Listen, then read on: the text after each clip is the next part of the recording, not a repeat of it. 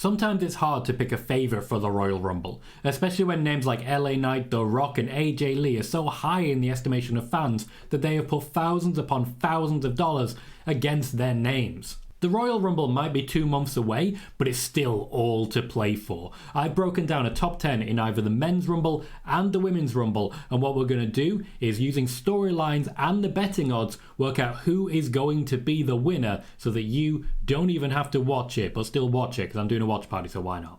We're going to quick fire this so you don't get bored and move on. Starting at 16-1 odds on the betting averages in the Women's Rumble, there are 4 women in this section. We start with Rhea Ripley, currently a women's champion and unlikely to even be featured in the Royal Rumble. There are still plenty of people putting money on her. Now, I don't see this one happening, but of the 4 that I'm going to list here, I think she's the most likely. Why? Because when it comes to Rhea Ripley and in fact the Judgment Day, they're currently collecting all of the belts. And I can imagine a wonderful world in which she goes after Io Sky, not necessarily to combine the belts, but to just have more gold. Rhea Ripley strikes me as someone who wants not just some gold, but more gold.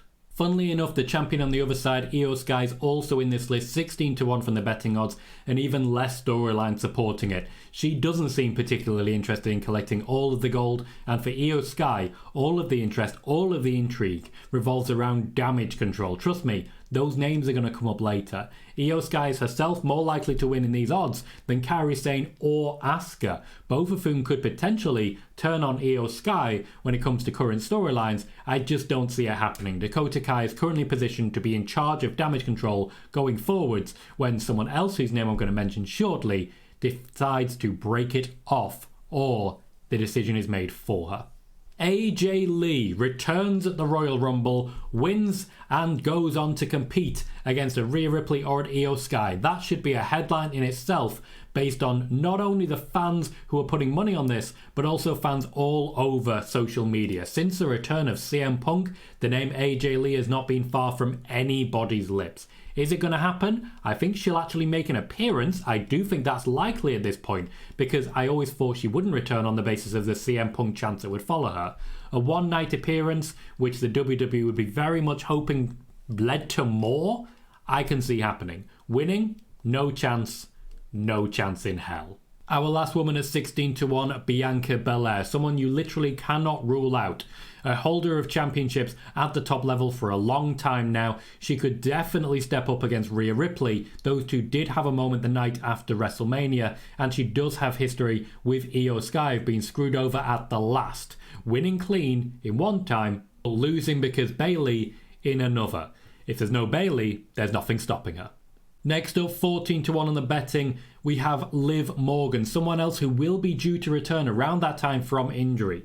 She was rushed back at Money in the Bank at SummerSlam at that region because there was just too much need for her, even though she was working hurt. Ronda Rousey essentially making the decision to leave and forcing the WWE's hand to get the championships off and to someone else. Now, unfortunately, she did pick up another injury because of that, but she has had time to recover. She has had time to review the position, and I do feel she's a name. Given that she came second last year, well, this year I should say, at the Royal Rumble, I do think she's a name in genuine contention. Just above Liv at 12-1, we have Charlotte Flair. Now, do I think Charlotte Flair is going to win the Royal Rumble? Absolutely not. She's in a very precarious position right now. She's a face as long as she's not challenging for championships, at which point she becomes a heel. The crowd have made the decision. They are trying to push Charlotte as a face. They're trying to get her to the level of fan support that Becky Lynch gets. So far, so good, though she's nowhere near quite there just yet. I do think a Royal Rumble win would undo all of their work. Also, storylines do not suggest it for me. I still think Charlotte Flair versus Bianca Belair takes place at WrestleMania. We have 2 names that joined third, and they are names I did not expect to be together, and one of which I definitely didn't expect to be above Charlotte Flair. Raquel Rodriguez is a 10-1 odds for winning the Royal Rumble. Raquel Rodriguez has been very well protected, but she did lose to Ronda Rousey, she did lose to Rhea Ripley, and she hasn't been shown to be a considerable threat to either of them. When it comes to the top level, Raquel Rodriguez is building, but she's not there yet, and there does seem like there's a lot of work still to come. Also in that category, at 10-1, Becky Lynch. It seems a guarantee at this point that Becky Lynch versus Rhea Ripley is our WrestleMania match. There are no bigger matches that you can possibly put on, even though it seems unlikely now with the return of CM Punk to be the actual main event of night one, as may have been expected beforehand. Becky Lynch for me doesn't need the Royal Rumble win, but it wouldn't be a bad thing to have Becky Lynch as your first two-time winner. Will she win? I find it unlikely, but Becky's one of those who's always going to be amongst the favourites for a Royal Rumble win. Our top two are in genuine contendership. Jade Cargill is a 2-1 favourite, but not the favourite for the Royal Rumble. Now, my expectation is that the Royal Rumble is where she debuts, having a run similar to Lacey Evans and having a prolonged run at that, closer to where we see a Rhea Ripley or Liv Morgan this year under Triple H. Jade Cargill will hit the ground running. I don't expect her to win the Royal Rumble. My personal suspicion is that Jade Cargill will be beating Nia Jax up at WrestleMania. This will be a great debut and a great way for her to show the fans what she's all about, but I think someone else has been waiting longer for her time to come.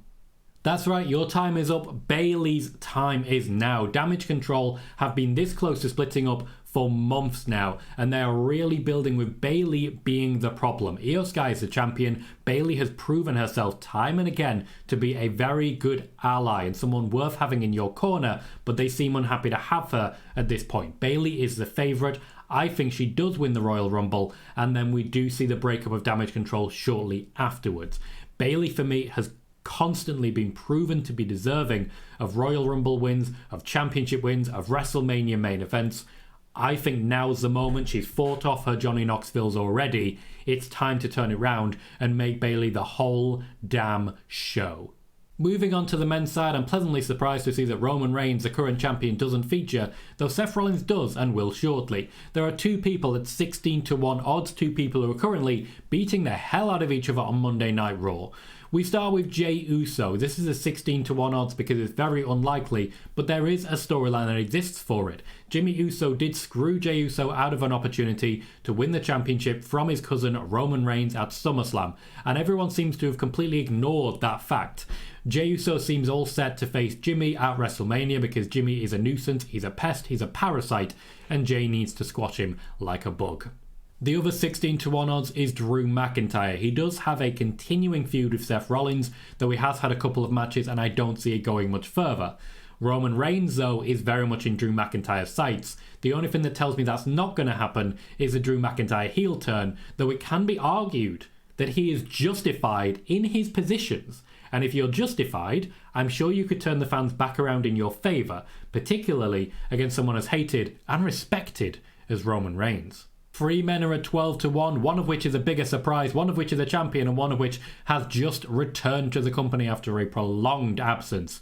We start with Solo Sikoa, continuing the Bloodline section. I personally don't see a Bloodline explosion taking place here, but I do feel that the match for Roman Reigns will be decided in the days to come, likely in Australia.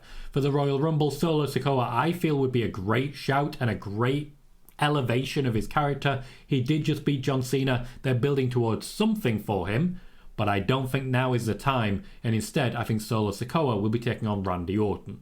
Speaking of Randy Orton, he is currently 12-1 in the betting odds. I think Randy Orton versus Solo Sikoa will take place at WrestleMania. The biggest sign of that is Randy Orton getting the Royal Rumble match against Roman Reigns. It doesn't seem to me that Randy Orton is going to be in the Royal Rumble at all. That element of carnage might be too much of a risk for someone just returning. Finally, in this section, we have Seth Rollins, who'd be winning the Royal Rumble purely to challenge Roman Reigns one more time. One man that Roman Reigns has never beaten. And in fact, a Royal Rumble a few years ago, Roman made it quite clear he won't allow me to let go. I don't see this one because Seth Rollins is focused on his own championship right now, and I don't see an amalgamation of all the titles happening, as these odds seem to suggest. But Seth Rollins versus Roman Reigns is the gift that keeps on giving, and I see no reason to question it. We're now in our top 5 of favourites for the Men's Royal Rumble, and this is where we start to get a bit silly. 13-2 odds, which equates to roughly 1 in 6.5. The Rock. The Rock is more of a favourite to win the Royal Rumble than Solo Sikoa, Randy Orton, Jey Uso and Drew McIntyre. The Rock, who has no match planned for the WWE and will not be appearing at the Royal Rumble. After last year, when you were told, well, this year I should say, when you were told repeatedly, so many fans were told repeatedly, we were going to see The Rock not just at the Royal Rumble, but winning it to take on Roman Reigns. The Rock himself has said that the match was a lock when there is no evidence of that happening, and if it's a lock, it would happen. Things just seem to be falling apart. I don't see The Rock at the Royal Rumble. I certainly don't see The Rock winning the Royal Rumble. I would not be one of those who wastes money on this. Just above The Rock at 6-1 odds, we have LA Knight. LA Knight had his opportunity against Roman Reigns. I don't believe he's had much opportunity against Seth Rollins as of yet, but this would be a rematch from Saudi Arabia.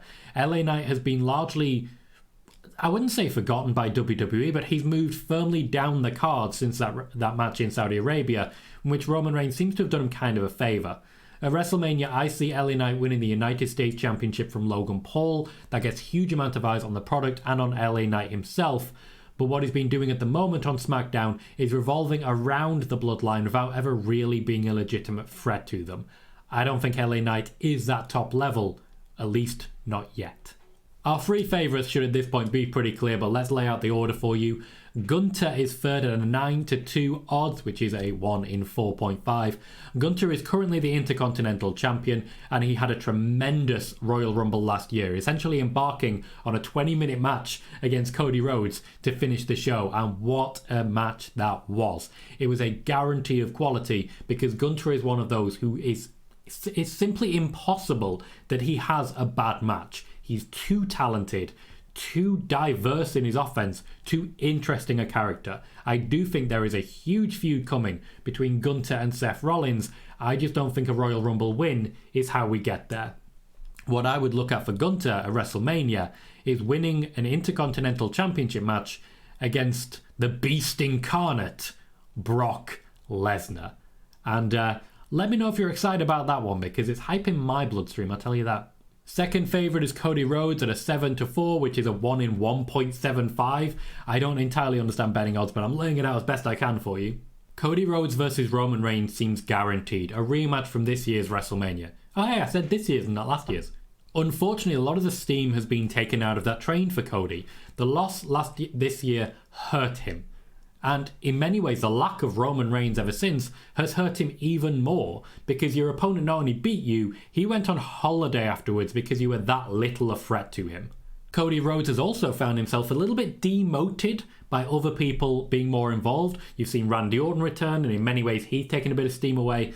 But there are others who've taken a lot of steam away from Cody Rhodes in recent returns, and the hype is simply more for them than for Cody Rhodes. While I do think Cody Rhodes gets to Roman Reigns and hopefully this time beats him, because how can you finish a story if we don't even remember the story? He's not the favourite anymore. No, that all changed a week and a half ago at Survivor Series when CM Punk walked back into the WWE. He is at 5-4 odds. Essentially a 1 in 1.2, I think. Let me know if I've got that wrong. But either way, he is an overwhelming favourite to win the Royal Rumble and face off with Seth Rollins for the World Heavyweight Championship at WrestleMania.